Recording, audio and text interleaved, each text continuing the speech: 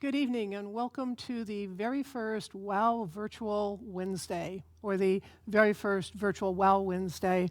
We are doing the best we can to bring you some spiritual support and love during this challenging time. And we greet you tonight in the name of all that is good, all that is holy, and all that is sacred, and in the warm and loving energy of this ministry, Spiritual Life Center. If you are love streaming with us for the very first time tonight, or just the fact that you are love streaming with us at all, you know that you're not doing it by accident, because we all know that we are here by divine order. And I am so honored to be able to come to you tonight and bring you this program. So we actually have announcements. And one of them is that you can meditate with Reverend James Trapp. He is going to be doing a live on our Facebook page at noon every weekday. It's going to be daily affirmations, quotes, the daily word readings, meditations, and more. And we look forward to building our virtual community while holding space spiritually and working to provide comfort during this hectic time. So check out Facebook Live and find Reverend Trapp.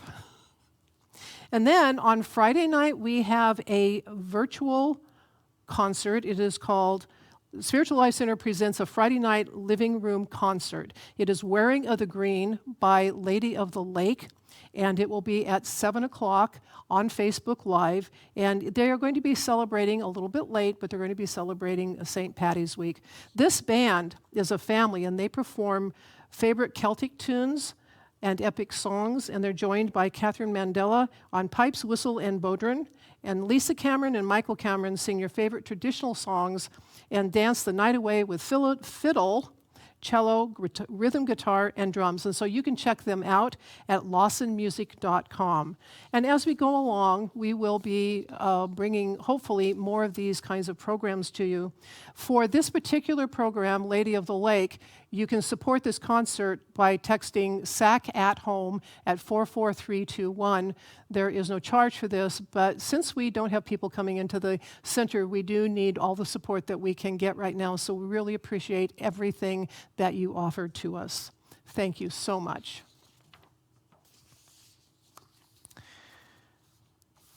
What an interesting time we are living in. A few months ago, when we were doing Faith in Action, which is a program, by the way, that we do every fall, it is a church-wide book study. And we choose a book, and everybody in the church who wants to participate reads the book and goes to small groups. And last October, we did a book called The Gifts of Imperfection. And one of the things that was really, I thought, important in that book was the idea of being able to be resilient. And the book is by Brene Brown, and she talks about the fact that some people are just naturally more resilient than other people. And when I read that, I got to thinking about my own family, and I realized that I apparently was just born really resilient. While there are other people in my family, when something happened, they would just sort of go to pieces. And that taught me a lot. And then, of course, working as a minister, I watch how different people cope with things in different ways. But Brown gives us some key traits that resilient people have, and what stands out for me is that the most for that is that spirituality and hope are key aspects to resilience. Spirituality, by Brene Brown's definition, is connection.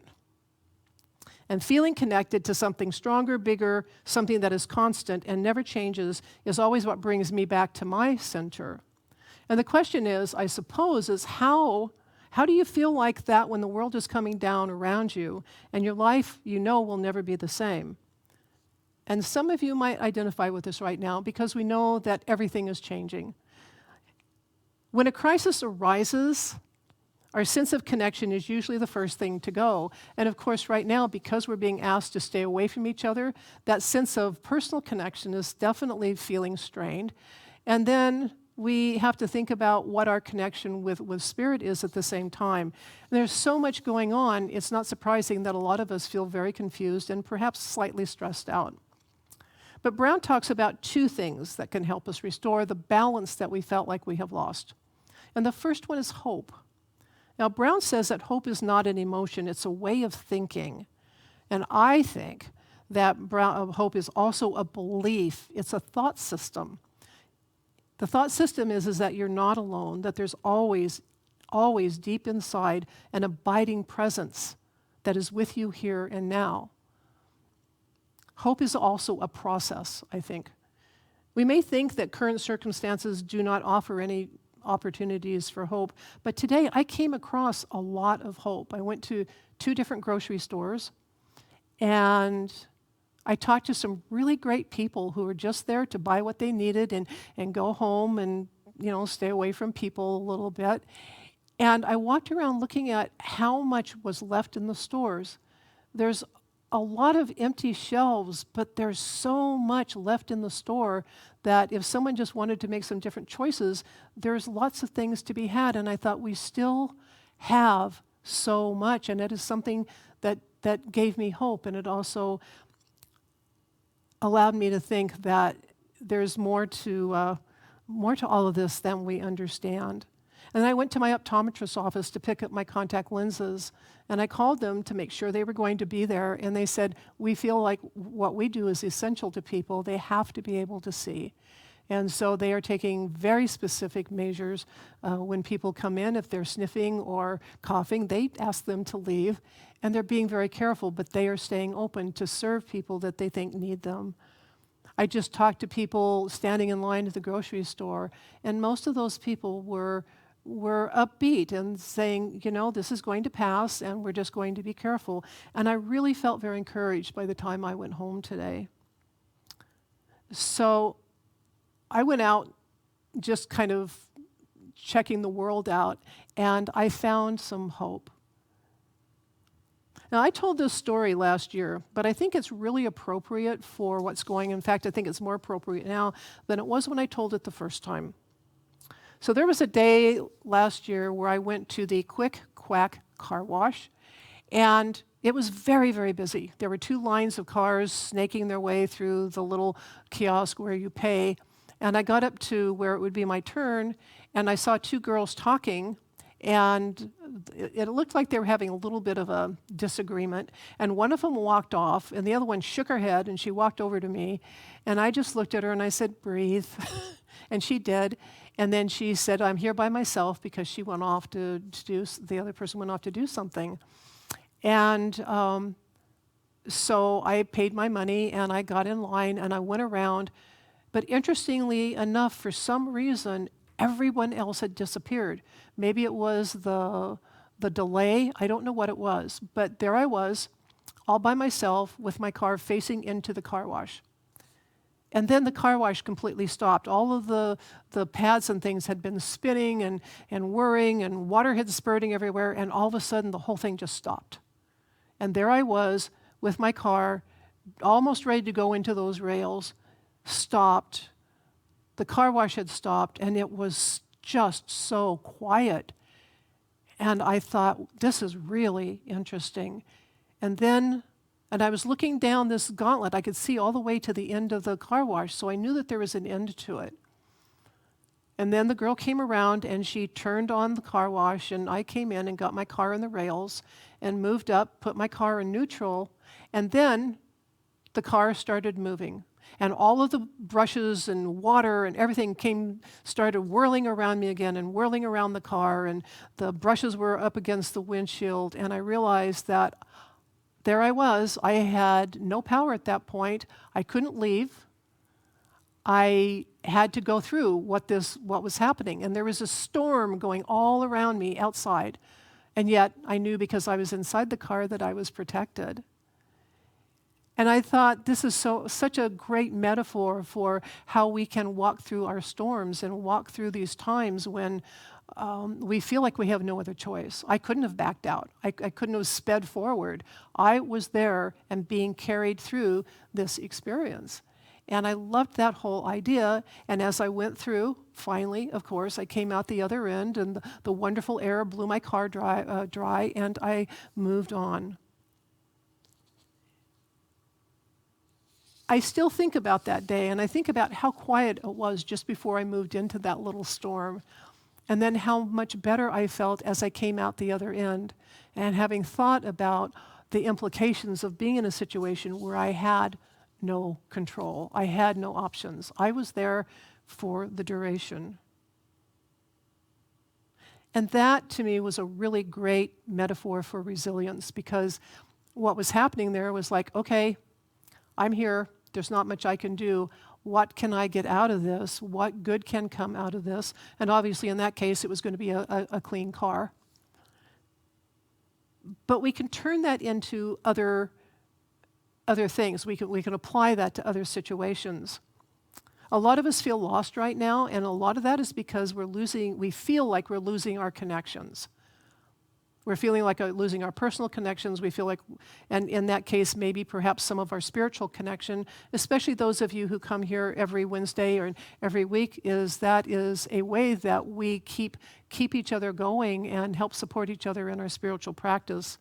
And so we are doing the kinds of things that we're doing. We're going to be doing Wednesday night every week while this is going on, and certainly on Sundays. And we're going to add in a few more things because that connection is so incredibly important. And we love you and we want to stay connected. But I want to say, too, that, hope doesn't just pop up out of nowhere, and it doesn't always show up immediately. Sometimes it does, but it doesn't always. And so those of us who are born to annoy the pessimist, which apparently I am one, there will be moments of feeling utterly confused and perhaps lost. But this is where Brene Brown's advice comes in again. She suggests taking a break. Now, when she was talking about this in her book, she certainly wasn't expecting that we were going to be taking an enforced long-term break. But because she talked about sitting down and reading a book, going for a walk, watching a movie, just checking out for a short period of time and then coming back. We are in a situation where we're being asked to really step back and take a break and stay at home and find other things to do. That can be disturbing because it breaks our rhythm. I found myself feeling a little annoyed a couple of days ago when I finally realized it's because my rhythm was broken. I get up in the morning and I do this, and then I'm going to go do this, and then I'm going to be in this place. And all of a sudden, I couldn't do that anymore. And I realized that, I'm having to change the way I do things. And once I got a grasp of that, I still don't like it very much, but it was all right. This is what I've got, so this is what I get to work with. And so this break that we're being asked to take can have some very good consequences, I think, if we look at it in the right way. And yes, there's a lot of things that are going to be changing, and a lot of consequences to what's going on. And still, there will be some good things that come out of this time of stepping back and spending a little more time looking ourselves internally, learning to communicate with each other in different ways. My learning to sit here by myself and one audiovisual person to do this program, all of this is really new and different. And we're all going to be having these kinds of experiences. And so I wonder if I could ask you, I'm not going to challenge you, ask you to think about finding the joy in the little things that are going on in your life. Because I'm not sure we always understand what joy is. Joy is not being giddy and jumping and whatever. Joy is an internal beingness. Hope might be a thin thread, but when you take a hold of it, you might just go out and find that little piece of joy. And joy doesn't mean that we are necessarily completely giddily happy. It may just be that we are content in some level. There's a man named Brother Lawrence, and he wrote a book called Practicing the Presence of God. And he had been a soldier, and then he became a monk. And he was assigned kitchen duty. And he peeled potatoes and he washed dishes. And it was in a time when it was very cold, and he had almost no comforts in his life. And yet all he talked about was the joy of the presence of God within him. And it really is, there are times when it is possible to experience joy even in very dire situations. There's a science fiction novel or a fantasy novel called The Left Hand of Darkness. It's by Ursula Le Guin. And it contains a long section where two men are walking across a tundra. They're trying to get to a different place on this world that they're living in, and they have to go, of course, the hardest way possible. And they're going across it, and they're running out of food because they had planned for so many days, and of course, to keep the plot going, they didn't have enough food to get them by. But this is what, and the climate was brutal. They just weren't sure they were even going to make it. But this is what one of the characters says. I'm not trying to say I was happy during those weeks of hauling a sledge across an ice sheet in the dead of winter. I was hungry, overstrained, and often anxious, and it all got worse the longer it went on. I certainly was not happy. Happiness has to do with reason, and only reason earns it. What I was given was a thing you can't earn and can't keep and don't even recognize at the time. I mean joy. You know, this character's entire activity was surrounded or centered on the pursuit of survival. Yet when he awoke in their small tent and made a cup of coffee and had that connection with that one person and with perhaps even that's that cup of coffee, he felt joy within him. And so while it may seem counterintuitive, it is possible to experience deep joy and gratitude even when you don't feel particularly happy, even when you're feeling a little tense or unsure of what's going to happen next and which broadcast we're going to listen next. But as our character says, happiness has to do with reason, and joy has to do with what's inside you. Some of us miss those moments because we're so wrapped up in all the OMG moments and listening to every single, perhaps, broadcast that's out there right now telling us what's going to happen next. And being informed is helpful, but I think sometimes being a little over-informed just muddies the waters, and it helps actually break our connection, because if you're listening so much to the outside, there's no way that you can connect with your center. There's no way you can connect with your true self, your inner being. Now, sometimes we experience instant healing, instant resolution, instant relief, but mostly those things come as we put one foot in front of the other. And in this case, I think that's probably where we are. Resilience, hope, gratitude, joy all come through spiritual practice. And spiritual practice is something we will always be, practicing. We'll never be permanently joyful, permanently hopeful, permanently grateful, but we also won't ever be permanently miserable, permanently suffering, permanently confused. Life is a process. It's an amazing, confusing, wonderful process with ups and downs and a bit of sideways motion. We seem to be in that up-down, sideways motion right now, but we all know that everything changes, and we will come back around to whatever we call normal when we get there. And this is giving us a chance to step back, reevaluate, and reconnect with our own spiritual natures and find the hope that will lead us forward. And of course, I really look forward to the time when all of us can come back and get together again. But until then, we will keep doing this. And we will also continue to bring you different kinds of meditation. And so, what I would like to do now is we will play a song to help you get into a different space. And take a breath, close your eyes, listen to this song as we go into meditation.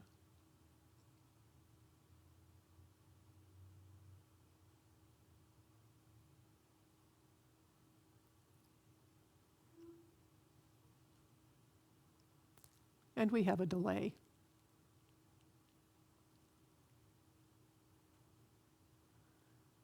And we do know that as you are watching that we do depend on your support. And so at the end of this, we will be showing you a way to text your support when we get to the offering. And we hope that you will continue to support us while we all go through this challenge.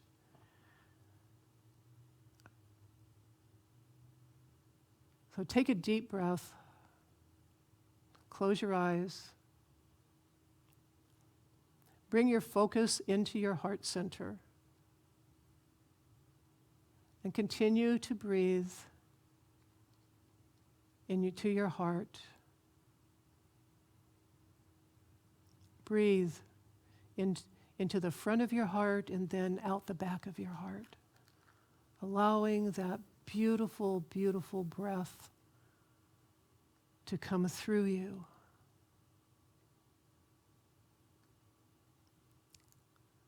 And as you continue to focus on your breath, imagine that it is now coming down in through the top of your head, down into your heart center. And as you breathe with each breath, your heart center and the area there begins to grow and expand. And the energy fills your chest. And as you continue to breathe, this energy, this light that is coming down to the top of your head, goes down, filling your torso. And another breath, it goes down into your legs.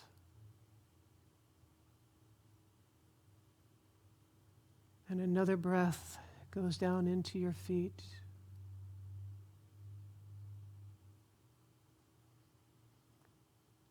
And as you inhale, visualize the light filling your entire body. And as you exhale, that light goes out into your arms and your hands.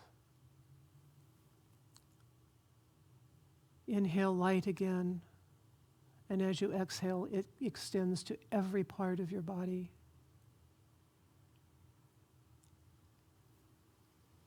Allowing yourself to move more deeply into relaxation, into a quiet, quiet moment. Moving in a light daydream into your heart center.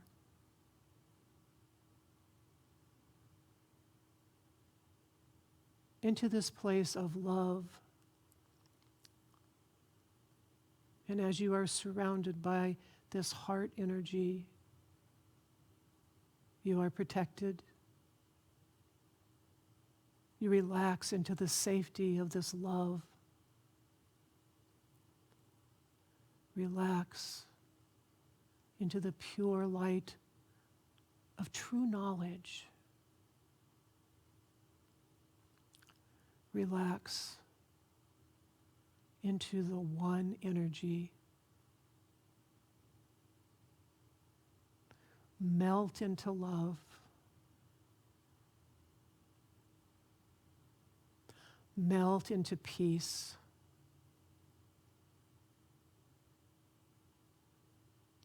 Melt into joy.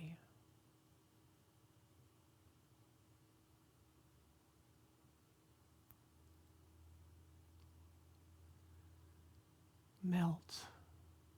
Melt into until you are one.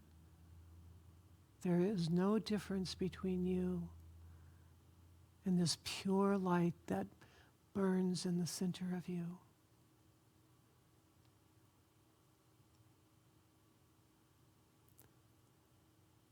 Into the quiet, peaceful, serene pool of light that is pure love. The pool of light that is pure protection. The pool of light that is pure wisdom. The pool of light that is pure.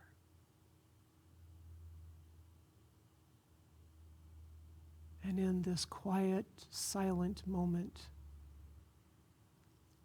you are cleansed. Any fear, any concern, any tension is simply dissolved and replaced by this love, this pure energy, this pure hope, this pure resilience.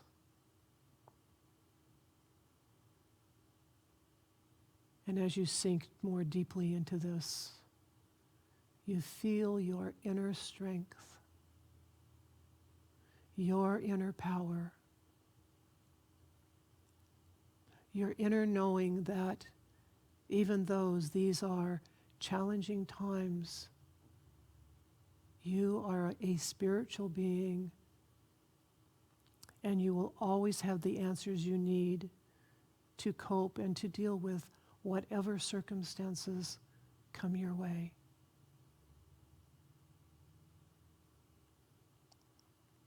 And you also know that as all of the information comes in, that you are able to see only truth. In this moment you see truth. In this moment you hear truth.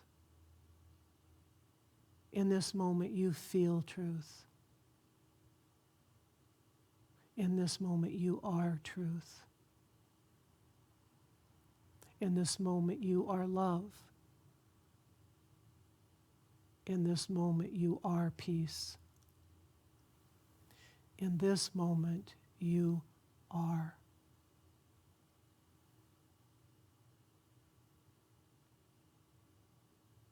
And we'll take just a moment in silence.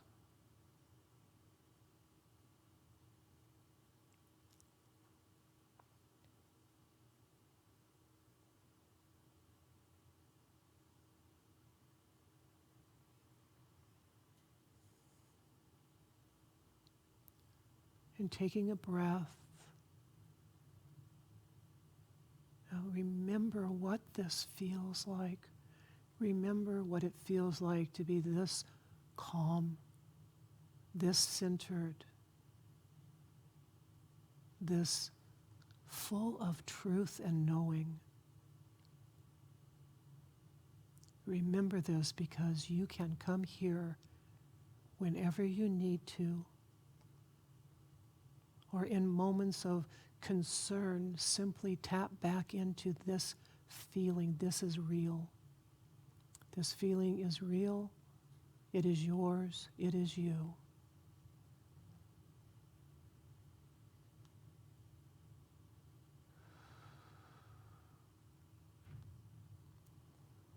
Now take a deep breath and begin to bring yourself back. Take another breath and perhaps say thank you, God, as you begin to become really aware of your body. Take another breath, coming back fully to your body, to the room you're in, to whatever you are watching us on. And we say thank you, God, for all of this inner, wonderful, loving support. And so it is. Amen.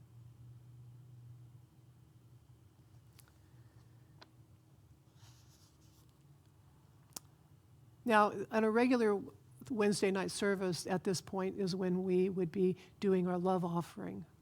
And we, of course, as I said before, we do rely on your support. And you can text SLC LOVE to 44321 to donate. You can also go to slcworld.org/donate. And also you can simply put something in an envelope and mail it to us at our address, which you can find on our website. And so as James asked on Sunday, whatever you take out your phone or whatever device you're using, and we will say our offering blessing together using whatever device you're going to use to text to us. So let's all say this together. Divine love, as me, blesses and multiplies all that I am, all that I have, and all that I circulate. Thank you, God.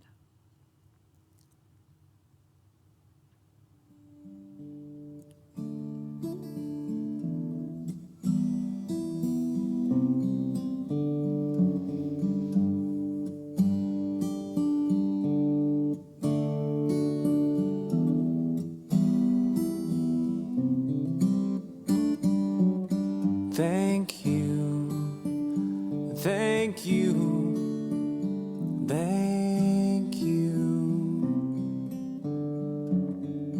thank you, thank you, thank you, thank you, thank you, thank you, thank you, thank you, thank you.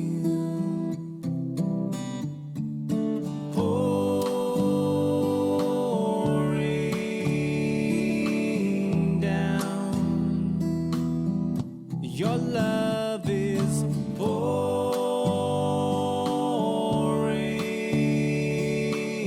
down. Your love is pouring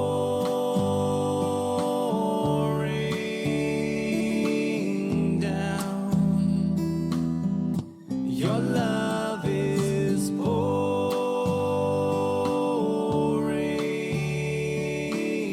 down. Thank you, thank you, thank you, thank you, thank you, thank you, thank you, thank you, thank you. Your love is thank you, thank you, thank you, pouring,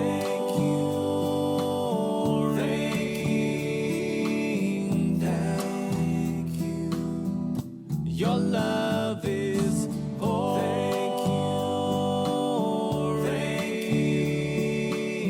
thank you.